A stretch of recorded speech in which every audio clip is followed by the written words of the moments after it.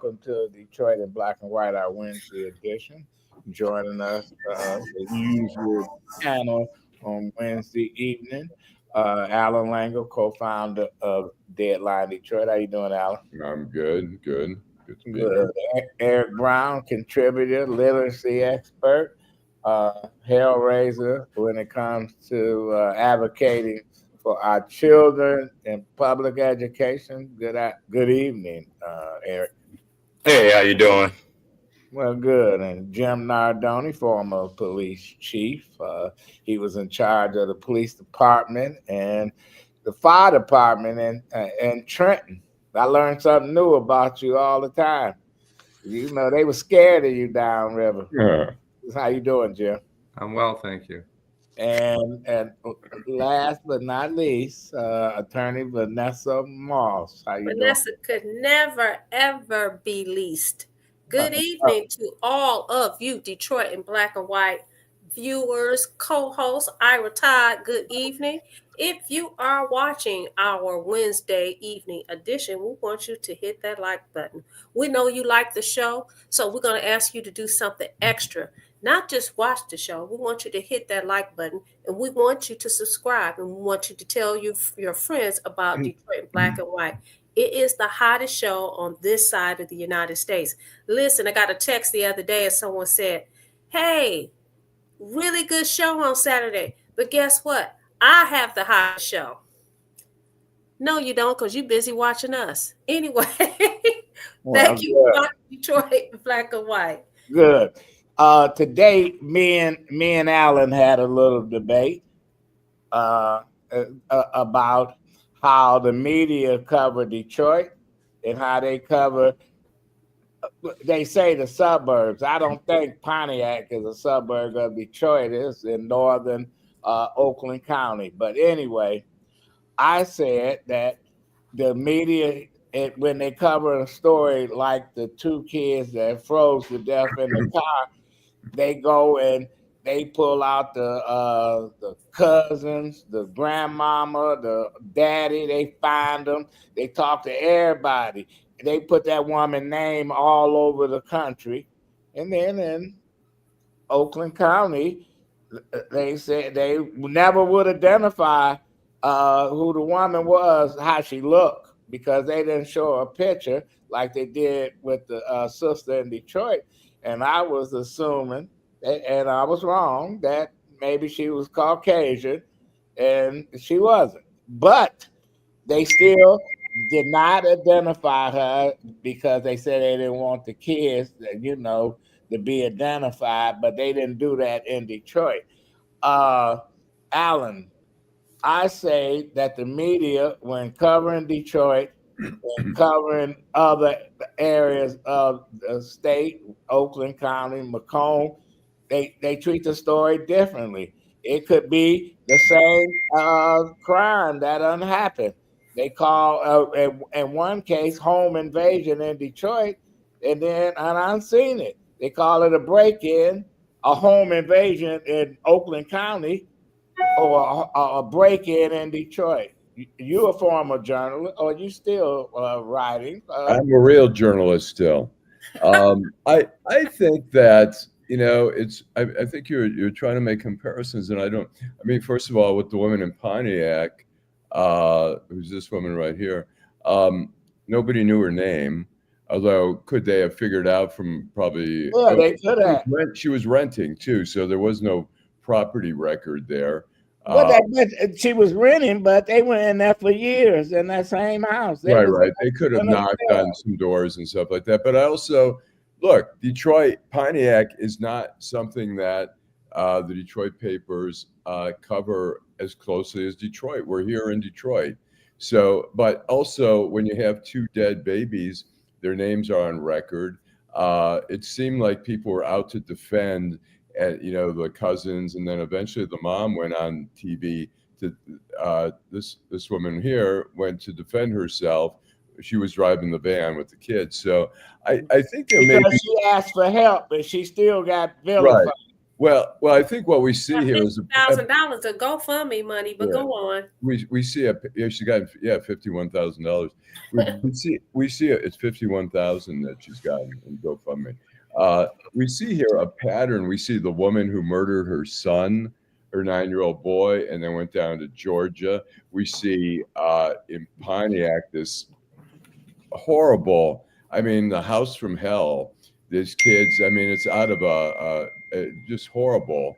And then we see, we see the van incident, which may have been, the mother was defending herself, saying she tried to provide for her kid. She did everything she could. She tried to get help. They're all, I don't know. I think, first of all, we cover Detroit a lot closer than we do Pontiac. Well, but let me tell you something. When I was a reporter in Kalamazoo, and I rode with the police. I wrote about different police agencies up in the Kalamazoo and South Haven and Bangor and Hartford. And I went along with a cop, and it was a Saturday night. He pulled over 4 people for driving while drinking. And when I wrote the story, we had pictures, not of their faces, but we had pictures. So he said, what is my city editor said, what is the race of these people? I said, well, we had 2 black drivers and 2 white drivers. So I gave him my story. I submitted it. And when the story came out, he identified the 2 blacks as the African Americans and never identified the other 2.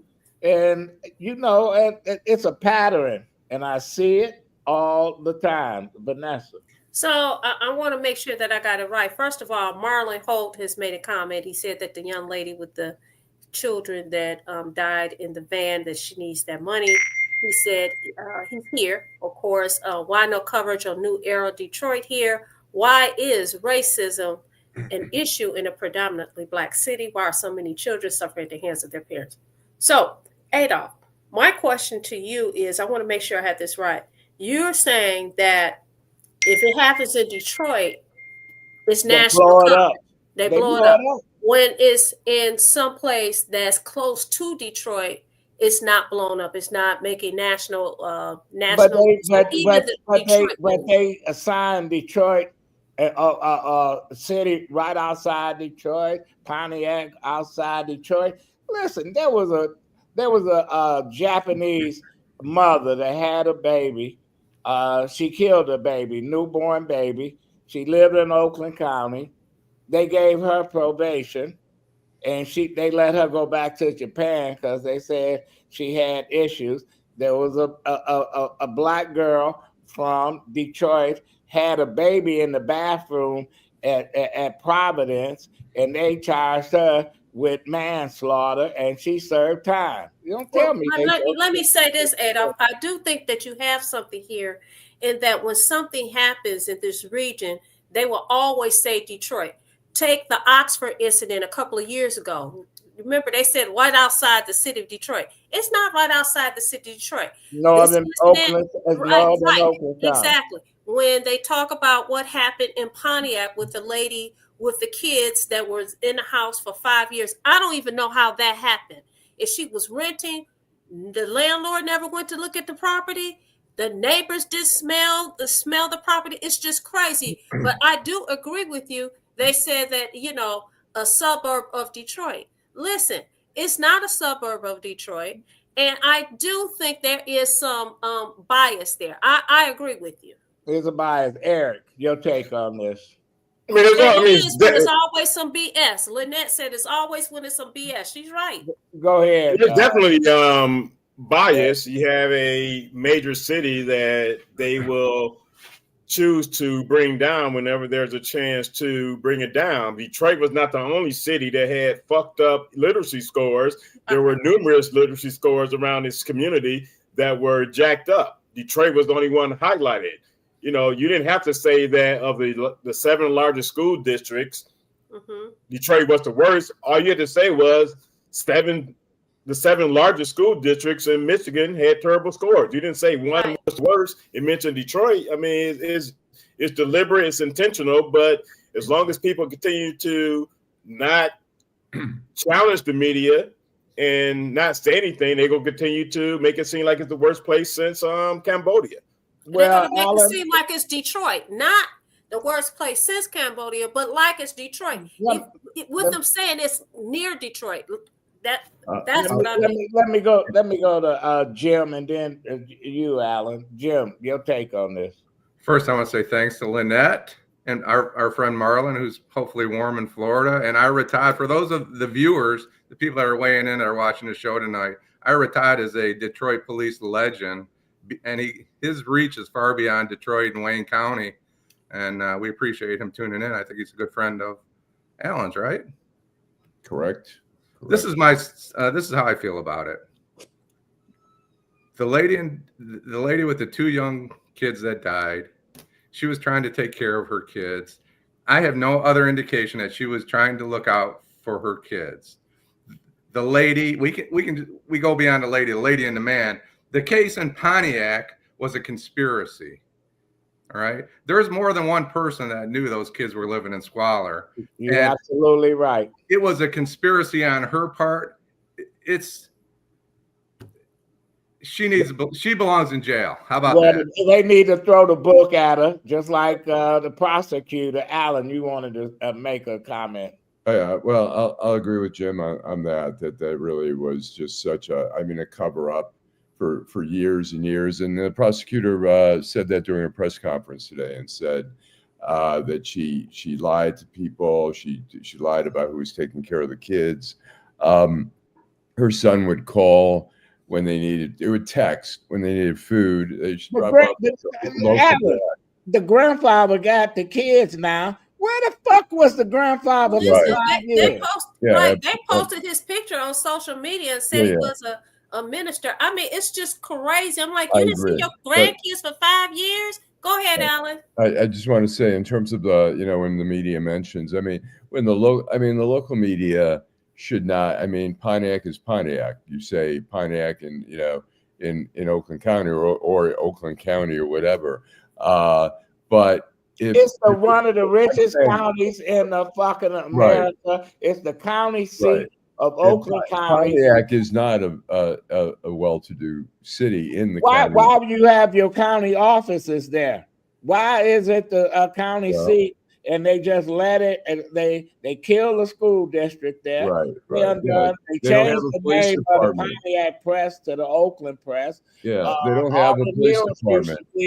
Pontiac Township. They dropped Pontiac altogether. Why don't you just move out and move someplace else and raise Pontiac and well, it's like Washington, D.C. If you look at some of the really rough areas of Washington, D.C., walk right down East Capitol Street, and you see public housing and drug trafficking and shootings. And how is that happening right under the nose of of our politicians? Because they don't care. Look at the predominant race of the people outside of the Capitol.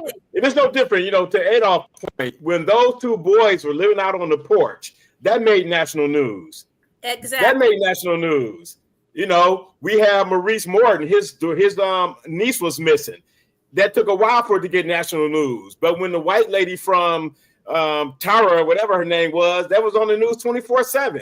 So it's always, you cannot try and say, I'm not saying you literally, Allan, but you can't say that there's not a bias, a negative bias when it comes to Detroit. It's intentional. Y'all don't remember the famous memo from the Detroit News that said the way we can increase our membership is to really highlight the crimes in Detroit. That was years ago, but I still remember it.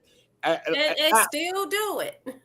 Well, first of all, what would you say if, like the 2 children who froze to death, if the press sort of downplayed it and ignored it? Would you say, "Oh my God, nobody cares about their black children"? I probably would have said that, but here's the problem.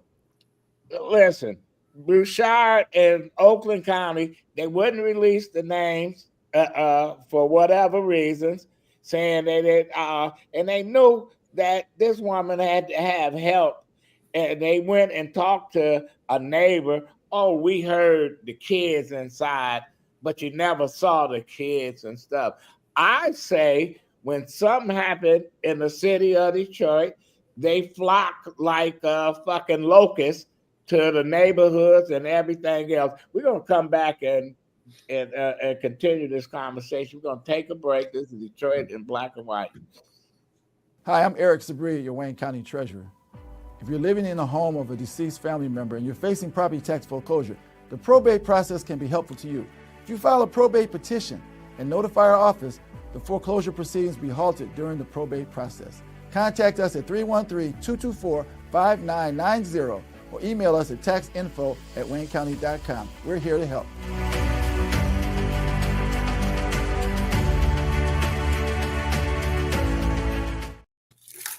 And go ahead, and then I'll comment. All right.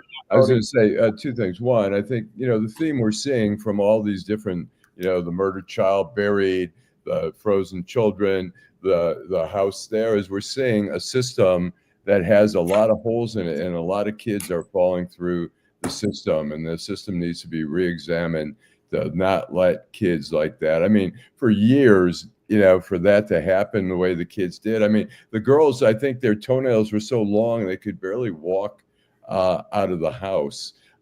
They didn't know how, they said they didn't know how to like brush their teeth, or they weren't familiar, flushing the toilet when they were in the hospital and stuff like that. But I'm going to say, for the national media, when they cover something in Pontiac, when there's a reference to Detroit, no, it's read all around the country and the world. No, people know Detroit, they don't know Pontiac.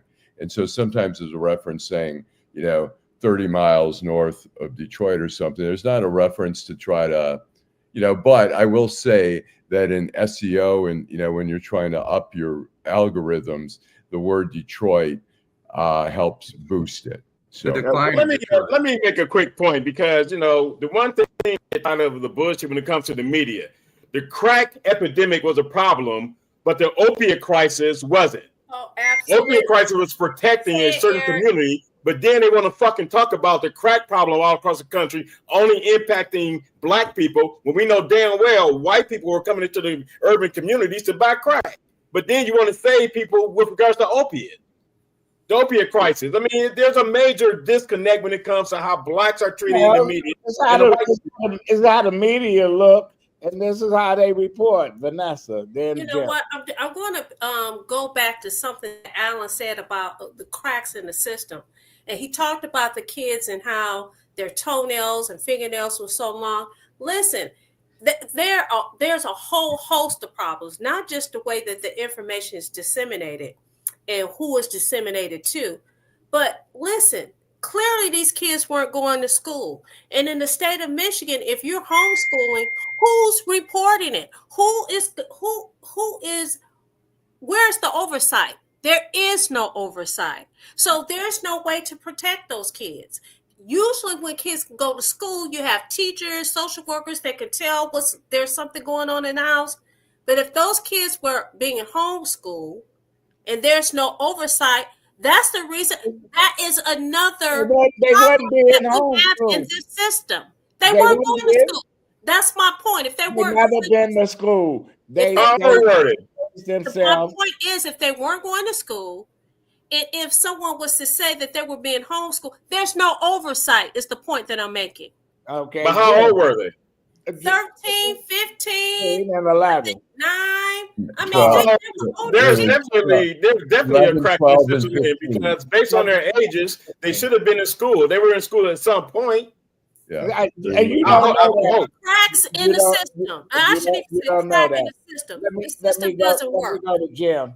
Jim, when you was a police officer and the chief, how did you deal with if you caught somebody with crack and you caught somebody with powder cocaine? Well, it was the law, right? You arrest whichever one you can. I think that the crack issue was more out in the open. People weren't going after the kilo dealers. They were going after the kilo dealers, but if you were in the streets of River Rouge or Ecorse or Southwest Detroit, wherever you were, it was out in front of people's houses. It was more visible. So I think that's why the police spent a lot of time a lot of time when it came to crack. Back to the newspapers for just a second, or back to, I'll call it the media, if I could. Go ahead. You know, we had the president of the United States said something to the effect of, you don't want your town to turn into, I don't remember exactly what he said, but I've read articles in the last 2-3 weeks that are still focused on the decline of Detroit. The media in this case is just trying to either make money, get attention, sell newspapers, whatever they're trying to do. So Pontiac is not the story. Detroit's the story, and that's unfortunate, but it's still out there. And no question about it. And we got to deal with it. They rushed to talk to Duggan about why the city didn't listen to this woman who reached out and stuff. Where's the mayor of Pontiac? Where the fuck is the mayor of Pontiac? He gets a free pass. They don't interview him. All they concentrated on in the beginning of this story is Sheriff Bouchard. I know he was heartbroken when they had to go in that house and clean it up. And in Detroit, there was all kind of fucking rumors going around that the mama and the grandmama was gambling inside the casino while the babies was dying. They didn't have any gas. They ran out. The woman didn't have a pot to piss in. They gave the daddy a form to defend himself, to say, "Oh, I didn't know." You know, a real reporter would have said, "You got 3 kids, 3 of those kids, and you the daddy, and you know how cold it was outside. You got a beef with the woman. You made babies with the woman. Why didn't you take your babies?" He was never asked that question. He lived in Northville or whatever the fuck he worked there or whatever. He lived in Northville. Yes. Listen, I want to do a shout out to some of our co-hosts, but I'm going to say to you, Adolph, I said it last week when you brought up the story. There's more to the story than what you've read. But I'm going to go to Janet Saluk. What is the rest of the story? Janet Saluk, through all those years, there was no inspection of the apartment by the landlord. Deborah Harris said that the kids were 12, 13, and 15. Marlon Holt says the real issue is mental instability. Ira Todd says that is the truth. Jim, media coverage in Detroit often highlights crime, poverty, and violence, reinforcing negative stereotypes, while suburban news focuses more on community events, economic growth, and personal success stories. When crime happens in the suburbs, the coverage tends to be more empathetic, emphasizing individual circumstances rather than systemic issues. In contrast, crime in Detroit is frequently framed as a broader societal failure, ignoring root causes like economic disparity. It's like when the Oxford shooting came, and we found out that the Crumley son was brought to the office, had a backpack. He was making drawings of all kind of crazy shit, and they sent him back to class. We know if he was an African American student, because they get kicked out disproportionately than anybody else, he would have been kicked out of school. They would have checked his backpack, etc. I feel for those parents that lost their kids at Oxford, but they treated that the shooter just like they would treat anybody else in suburban America. If it was in Detroit, it'd be a whole different story. And one thing they can't say is there was mass shootings in schools in Detroit, because Detroit had the foresight some years ago to put metal detectors in schools, and they was made fun of and say, "How you gonna go to school with metal detectors?" Easy, because right now a lot of people want metal detectors in the schools. Allan. I was going to say, there's a tough balancing act for the media. I mean, you listen to Charlie LaDuff, on his podcast, and there's nothing right with Detroit. Everything is wrong. You read some of the other coverage where the Detroit Free Press has tried to down. He made his money off Detroit. He's Absolutely. a doom Don't and get me to gloom talk about that. person. But let me say, then you see the Detroit Free Press, which is consciously tried to downplay crime coverage. And so, what is the right thing to do to just emphasize the good and ignore the bad? You emphasize the way it come down. You get real reporters, not paying somebody $12 an hour. There's no, they don't got rid of most of the journalism schools and stuff. It get somebody that go into the community that get to know the community, and then you'll write something. Allan, you always went in the community. You knew who to talk to, and you was a pretty good reporter, and you was fair. He said pretty good. Pretty good. Qualified. There was a qualifier there. Well, but the bottom line is, the stories that I wrote as a reporter, some people didn't like them, but they could never say I made up shit, made up quotes or whatever. And I knew who to go to in the community. It's just that you got to treat all the story. If it's 5 murders across the street in Melvindale and 5 murders in Detroit, why you treat it differently? It's still the same murders. But you know what? Just real quickly, when I was at the Detroit News, we had like 3 education reporters. We had a reporter in Recorder's Court. We had one at federal court. We had 4 reporters in Lansing. Now it's like, we had a labor reporter. We had an environmental reporter. The resources have shrunk, and people aren't willing to pay for the news, and we're seeing just shrinking, and we're seeing it on TV. Some of the kids, they look like kids on TV now. The reporters are coming on. They look like, they're 24 years old. They're coming out of these small markets. Well, I was 24 years old. No, I'm saying, but they're in a big market in Detroit. Detroit is normally you work your way up. We're seeing a lot younger, a lot cheaper. All they doing is going on the internet, and they going on blogs, and that's how they get their stories. We're going to take a break. We're going to come back, and we're going to continue the conversation. This is Detroit in Black and White. Hi, I'm Eric Sabria, your Wayne County Treasurer. If you're living in the home of a deceased family member and you're facing property tax foreclosure, the probate process can be helpful to you. If you file a probate petition and notify our office, the foreclosure proceedings will be halted during the probate process. Contact us at 313-224-5990 or email us at taxinfo@waynecounty.com. We're here to help.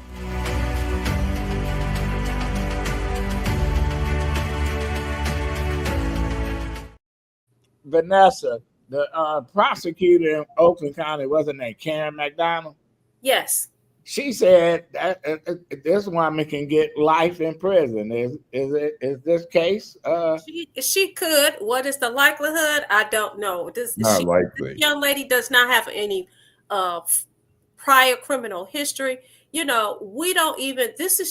We're just getting little pieces of the story. We really don't have the. We don't have what we call discovery. We don't have all the ins and outs of what was actually going on. But it's very interesting because this woman was charged immediately, right? The lady here with the kids that passed away, you were pitching a fit the other day and saying, why can't Kim Worthy wait? Now, there are stories, and I know that you just said this, Adolph. A lot of time these reporters, they even use social media and that kind of things. They don't do this real reporting like Allan Lengel used to do or still does. But there is, I saw today where, right, the real reporting that you do. And I saw by the way, I saw your article about Michael James, because he's a friend of mine on Facebook. That was pretty powerful piece. I like the piece. Can't remember if I shared it or not, but it was okay. Yeah. But at any rate, blowing up. Right. But at any rate, there's a video of the young lady out partying, twerking. Now, whether this video is pre the death of her kids or post. I don't know. But as I was saying earlier, these social media investigators, they will find out. I haven't gone back on to look, but there's also information that she had family members. This lady had, it's not as if nobody was trying to help her. She had a history, eviction history. She's going from place to place to place. She lived with different relatives. Okay. And so I just think that you have to reserve judgment until all the pieces come together. But I think it's very interesting. Listen, we're talking about biases. We're talking about prejudice. In Pontiac, that young lady was charged immediately. But here in Wayne County, you wanted to wait. Well, I'm wanting to wait because this woman reached out for help. She earned that wait. She earned the weight. The woman in Pontiac didn't earn any weight. She left those kids to fend for themselves. She left food like you would leave food for a dog. Put it on the porch, right? And go. And here she got 2 girls in there. They toenails. They can't walk because they so long. Their hair matted. The toilet don't work. Feces. I have to give those kids credit. They survived the worst shit in the world. So no, she didn't earn the right. So my question is, and this is going to be a real question. In both cases, was there neglect? You said she looked for help, but was there neglect? I don't know. I'm just saying that is the real question. And if it was a neglect in both cases, they should both be treated differently. That's my question. I also it's definitely neglect. Shout out to some of our people. Odell says we can't fix the biases because the media is ran by corrupt corporations and they have a bigger agenda. Derek Henry, thank you so much for watching. He says traditional print media is dead. The comment by Odell is the kids allegedly died from hypothermia, and allegedly she has a police commissioner family member. Says don't look down. Reporter. We all were young once upon a time. Marla says Detroit has higher numbers in tragic crimes, and yes, it's big. It's bigger. That's why it had tragic numbers. Neglect in both cases. In both cases. Allan. It is definitely neglect in Pontiac. You have to realize, but the mom is part of the problem. There's family members and neighbors and all the source. These where kids, the daddy at those kids? These kids were 7, 8, and 10 5 years ago. So how the hell did somebody 5 years? Where's the daddies? Where's the daddy in Pontiac? Oh yeah, let's be specific. Where were the sperm donors? Where was the city?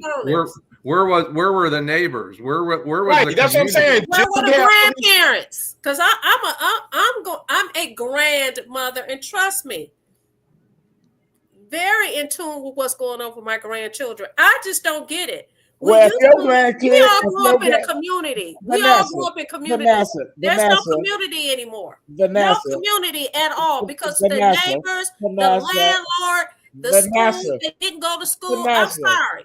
Everybody killed these kids. Vanessa made your point. All I'm saying is if your 2 grandkids, you got 2, right? I have 2 grandsons. If they disappeared, you ain't seen them 6 months, 10 months, and your son and his wife said, oh, they all right. They're all right. You ain't seen them in a year and a half. You said, where they at? Oh, they at home. Hey, there's that. I don't think after 2 months you would would listen to them tell you that. It's not even going to be 2 days. We FaceTime each other, and trust me, when I call, I don't even want to talk to you 2. I want to see my grandkids. But that's the kind of grandmother I am. Okay. Allan. I think one of the common things we're seeing, at least 2 of the 3 cases, the woman who buried her son and the woman out in Pontiac, is we're seeing mental health issues there. I mean, there's no normal person who's mentally healthy would treat their children the way the woman did in Pontiac, and certainly a woman wouldn't bury her son if she didn't have mental health issues. And I think that's where the system is being too lenient with. I mean, you where want was to the be woman? Where was the little boy that disappeared at the mall in Livonia years ago? And still the haven't found him. And the mama fled to Georgia. She died, got married again, had another baby. Her mama used to work for the city of Detroit. DeJuan Sims was his name. DeJuan Sims. Yeah, that's unbelievable. And then you had 2 or 3 young men show up and say, "I'm DeJuan Sims. I'm DeJuan Sims." This is crazy. I just want to say the Detroit case, I'll be surprised if she gets charged after I watched her on TV saying how she did everything to try to take care of her kids. She was trying. I think she sounded sincere, like she was trying to, it's not a crime to be unhoused in this society. Absolutely. No, it's not a crime, but it turned into definitely a fatal. Yes. Yeah. So, but I'll be surprised. I'll go to you, Vanessa, and then I'll go to you, Jim, and Eric, and Allan. Vanessa, your take on, are we going to see more of this? Because we know there's other folks that's living in squalor. The kids are being abused that don't go to school. How can we help some of these folks that we don't know about? Listen, as I indicated earlier, we grew up, all of us on the panel, we grew up in communities. We don't have communities anymore. People don't know their neighbors. People don't get involved. People don't want them involved. You say, is it going to be more of this? It's been like this. I still work in the juvenile system. And neglect and abuse cases come in every single day, all day long. Not just in Wayne County, in Oakland County, Macomb County, Genesee County. Those are 4 counties that I've done work in. So it's every single day, all day long. It's just that, I don't think we have enough ink for the newspapers to cover all those stories. So it's going to continue to go on. And it's really unfortunate. Because I don't think the system was designed to hold these many cases or host these many cases. It's really sad. Living in squalor, we used to call those back in the day dirty house cases. They don't call them that anymore. That is nothing new. As an attorney and sometimes as a guardian ad litem, I will have to go out to those homes. It's terrible. So this is nothing new. Jim. So some years ago, I started with that it's a conspiracy what happened in Pontiac. And I'm going to tell you, I had a little leak in one of my toilets, and the city called me and said, something's wrong. There's something wrong with your water. Where was the landlord? Where was the city of Pontiac? Where was anybody looking at the water? Was anybody looking at the electricity? The guy was just collecting money every month, and he got not one call to come and fix anything. Fix a dishwasher or the refrigerator or a tub. He received not one call. Those kids were in the house. The landlord did not want to look in the house for 5 years. They was like hogs in a pen, and that woman threw them slop every day or every other day like a fucking animal. Where was the government? I cannot believe the government didn't notice that they weren't using water or electricity or whatever the case was. You're absolutely right, Adolph. Allan.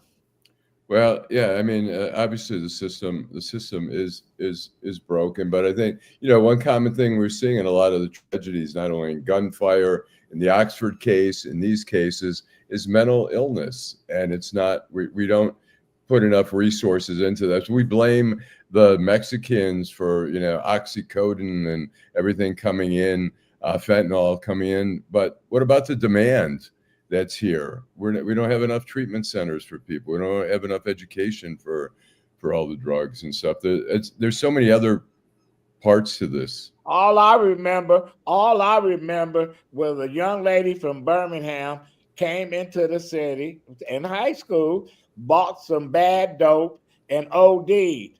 The media went berserk, and the police here in Detroit. I give them credit. They found the dealer and he got prosecuted. Now go the opposite. They find a young Detroiter somewhere in an abandoned house, an old deed or murder or whatever, and it's treated like an afterthought. But here's also the problem. This is a tale of two medias. One for outside Detroit and one for Detroit. Eric, go ahead. But Allan brought up a good point with regard to mental health.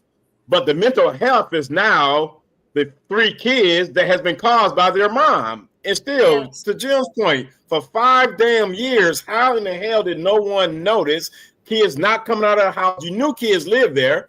And I think I heard a comment about some neighbors said that I haven't seen the kid. Well, fucking Sherlock, no kidding. Nobody kids. But you didn't say anything. Well, you know and the what? person that lived next door to them, they lived and they had neighbors. Right. Did they hear anybody in the fucking house? And here you got 3 kids. It's like some wild dogs that living in a house, and you come by there periodically and throw them some dog food. But you know what? As I said, no community. We have Queen B. I want to give out shout out to Queen B. She is a frequent co-host. She says when Jim was talking about the water, she says when the water goes off, the city checks, and if there are children there, CPS will likely be called.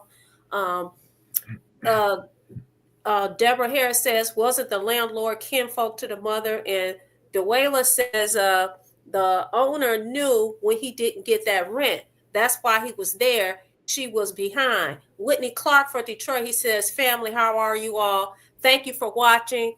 And thank you all for participating as co-hosts in Detroit in Black and White. We're going to take a break and we're going to come back and we're going to continue our conversation, Detroit in Black and White. Stay with us, everybody. We're going over. Hi, I'm Eric Sabri, your Wayne County Treasurer. If you're living in a home of a deceased family member and you're facing property tax foreclosure, the probate process can be helpful to you. If you file a probate petition and notify our office, the foreclosure proceedings will be halted during the probate process. Contact us at 313-224-5990 or email us at taxinfo@waynecounty.com. We're here to help.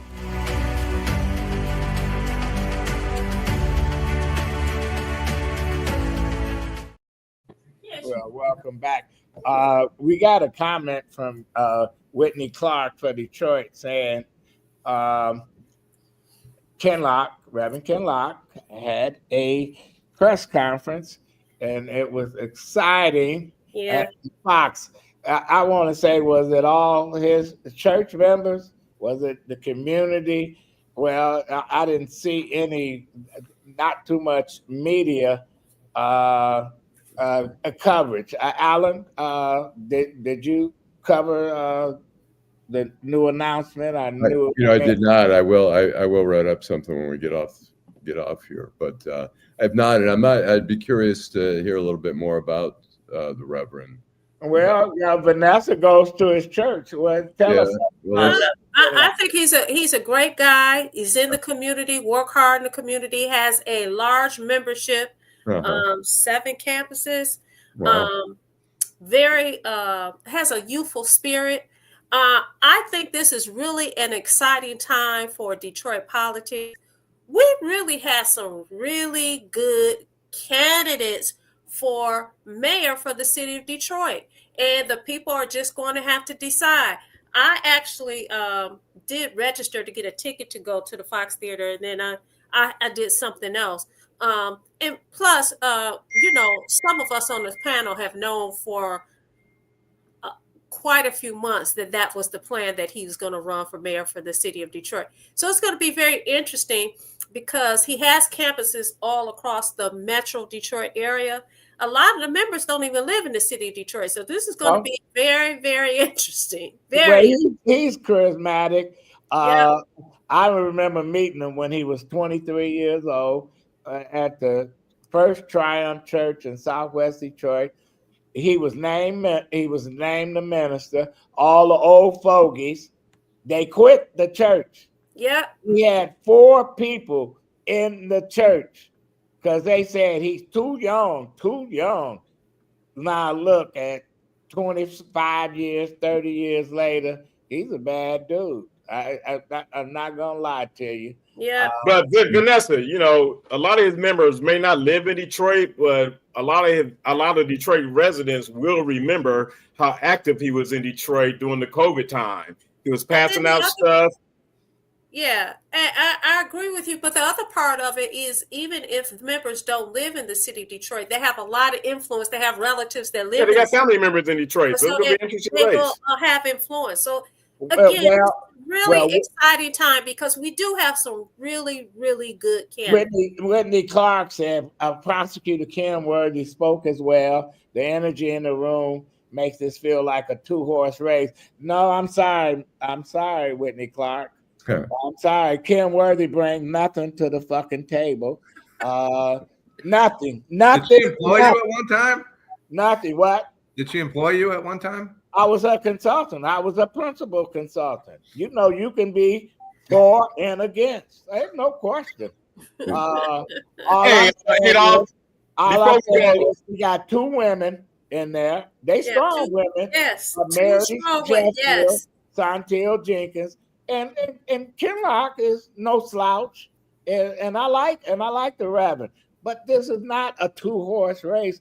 This is going to be who can articulate their agenda, who can get their message to the people, or who going to say the right things. Because at this point, what I would tell somebody what they should be talking about, I think only one person is talking about one of the things, and that's the schools.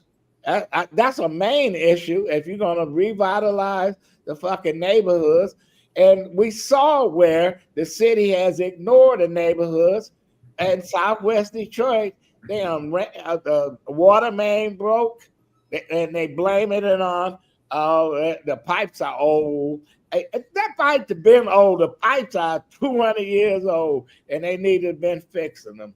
And it's no excuse. People got to live in a fucking hotel. Vanessa.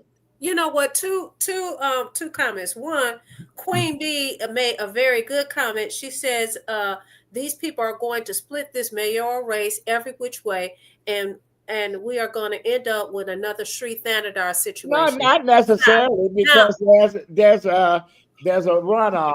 Right. The top two. It goes against each other in November. Fuck Tree Canada. He's one of the worst fucking congresspersons we had. Let's look at Rashida Tlaib, part of the squad. The squad ain't shit. Cori Bush got her ass kicked. Rashida is crying, saying, "Look at what they're doing to my people in Gaza." She voted from the Democratic Party. Look at AOC, irrelevant. The sister in Boston, irrelevant. Yeah. They split up the Democratic Party. They turned on Biden. She called out. She called out the Democratic Party and still vote 100% with the Democratic Party. Anna Presley. She was one of the first persons to say that Black lives only matter during an election, but still she shouldn't have hooked her train up with those assholes. Right? But my second comment was, speaking of the mayoral race, listen, we have some really good candidates. And the candidates that we've talked about, these are people who actually have a community base. They actually work in the community. It's not like they're Johnny come lately and nobody's ever heard of these people. So I say that it's going to be a very exciting and interesting race. I think very exciting. Allan, I was going to say, when you talk about the infrastructure and what happened in Southwest, it's so typical that we don't work on infrastructure until we have to. I mean, it's so expensive, and you just keep waiting and waiting till something busts and there's a disaster, and that's when you start taking care of infrastructure. Well, no question. Odell Rowan say, who's going to make sure the grocery stores are not selling products? Unfortunately, Malik Shabazz had some medical issues. because Malik, whether you agree with some of his politics or not, he wasn't scared to go into these stores and call them out. Jim, your take on the mayor's race? I think it's wide open. I agree with the viewer that talked about Sri Tanadar. We have no idea who's going to win. When you have Reverend Kinlock entering the race, and Mary Sheffield, whose dad is a minister, a Baptist minister, is that what he is? A minister? Yes. Mhm. You know, that may cut up some of those votes. That may, I have no idea. But I wanted to say, Larry, thanks for watching. Larry asked what the point was, and if he's asking what the point of the show is join us and find out. Right. Listen, there was Odell said, who's going to be able to stand up to the Chaldean Commission? And Queen B said in the voice of Keith Sweat, nobody. It's far too early, I think, to decide to look at. I think Santel Jenkins is a great candidate. Mary Sheffield has a lot of support. The Reverend is going to have some support. I guess Joe Tate's announcing this week that he's running. Joe Tate was a failure as the fucking Speaker of the fucking House. He couldn't even pass some lame duck shit that usually at the end of the day, those who control the House and the Senate, Republicans, they always threw a monkey wrench, and the Democrats, and they their own worst fucking enemies. I see why Duggan is running as an independent, because he knew that if he got into the Democratic primary, he wasn't going to win. So he's the numbers. The numbers are looking good in his favor right now. You can poll a ham sandwich and it be in the lead. Shit, it's a question you ask. You know, we can't pick and choose. We can't pick and choose what polls we like. But the polls that are based on so far, they are what they are. But Whitney Clark said that Solomon Kinlock did talk about education tonight. Yeah, so there's two people to enter the race that have spoken about education. And I already said, if no one is talking about education, they do not deserve the vote of the people. Plain and simple. What about Todd Perkins? What do people think about Todd Perkins? What about Todd? He's running. Okay. Well, and Todd is in the community. Todd has a lot of support. Well, he just moved back into the community. He just moved back in the community. Listen, again, this is going to be very interesting. We're going to see who the last two will be standing and who will vote for. Unfortunately, Lynette Bowens says that she doesn't have any faith in Detroit voters. She says the only votes that matter are the people who have an address in the city of Detroit. And basically, she said that Detroit voters are smart enough to basically vote. But they weren't smart enough to not vote for that idiot over in Dearborn, Rashida Tlaib. They were not smart enough to vote for for Sri Canada, who his companies made millions. Oh, Lord have mercy. These people on animals. We do know. Well, we know the dumbest motherfuckers in the world, because we elect everybody but the people that love this community. Well, you know what? Let me say this to Queen B. Let me say this to Queen B. She says that she's talking about Todd Perkins. She said he was in Grosse Pointe Shores this time last year. Listen, he's not the only person. He would not be the first person to move into the city to run for office. We have a congressman. His name is Sri Thanadar, who moved into the city of Detroit just so that he could run for the office. You got a current mayor. We have a current mayor who did the same thing. So we're not gonna beat up on Todd. So what if he lived in Grosse Pointe? Well, don't say we. So don't what? say we, Kimosabi. Say you. Say what? Say you. Say you're not gonna beat up on Todd. I ain't part of it. Look, somebody made a comment about the mayor does not control the school, the education. That's not what we're saying. We're saying that the mayor, as well as city council, should have a say in the. They should control the education. Now, you know what? Our time has come to an end here. We're gonna go to you, Allan, for your final thought. for the night. My final thought is, it's interesting. I see comments about the media. First of all, I didn't mean to disparage the young people. It's great if they get an opportunity to work here, but normally you get experience before you come to a major market like Detroit. What we're seeing is we've seen a lot of the veterans. Detroit ain't a major market anymore. Well, maybe not, but and the media is shrinking, and we used to have $1 million anchors, not that long. We don't. We got $50,000 anchors. Well, they're not. They're getting more than that, but I don't think so. I know somebody that's making $40,000 on the air at a reporter at Channel 4. So yeah. No. Some of the young reporters. I mean, it used to be the street reporters were making easily $150,000. You can't even live in Detroit on $40,000. Huh. They want apartments. They 8,000 or 3,000, and they 600 square feet. Right. The place next door to me, for a 2-bedroom penthouse is $10,000 a month. Rent. Well, good luck with that. $10,000. And I say write in vote. I just want to say write in vote for Adolph Mongo for mayor. Fuck that. Your final thought, Eric. My final thought is congratulations to Todd Bettison on being named the permanent police chief in the city of Detroit. Well done. Good. Jim, your final thought? Just quickly, the tragedy in Detroit that occurred at the casino parking lot. I'm not an attorney. Vanessa is an attorney. That's a tragedy. That mother had her babies with her. Unfortunately, we lost 2 of them. She had her mother with her. She was trying to look out for her kids. And you have to feel something for that lady. And when you go out just up the road, up Woodward there to Pontiac, to me, that woman, unless someone, with all due respect to the whole panel, that's pure evil. All right. There's something that broke down. She didn't go live in the forest somewhere by herself. She had contact with a lot of different people. Those people knew she had kids. Nobody was asking questions. The city wasn't asking questions. There's no excuse for what happened out there. That's pure evil. Vanessa, your final thought. Listen, my final thought is I want to thank everybody, all these co-hosts, Deborah G, Queen B, DeWegla Boyce, Whitney Clark, David Porter, Lynette, Keeping It Real Bowens, Odell Rowan,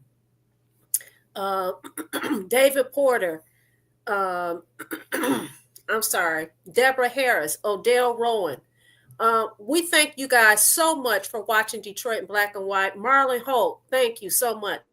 We really appreciate you guys watching us and participating. We're going to ask that you come back and tune back in on Friday at 8:30 in the evening. And we're going to ask that you also tune back in on Saturday. Have a great rest of the week. We're looking forward to seeing you Friday. Keep your head up. And the joke of today, Donald Trump called Zelensky from the Ukraine a dictator. Right. The joke is on him. He wish he was a dictator, and he's trying to do the best. We'll be back on Friday at 8:30. This is and Saturday at 10 o'clock. We're gonna be where, Jim? At McShane's. At McShane's. Michigan and Trumbull. Allan, give us a Michigan and Trumbull. Michigan. Good evening, everybody, and welcome to Michigan and Trumbull. And thank you, and a good night, and have a good evening. It's Ernie Harwell, by the way. Long gone. Long gone. Michigan, still plenty of Tiger tickets.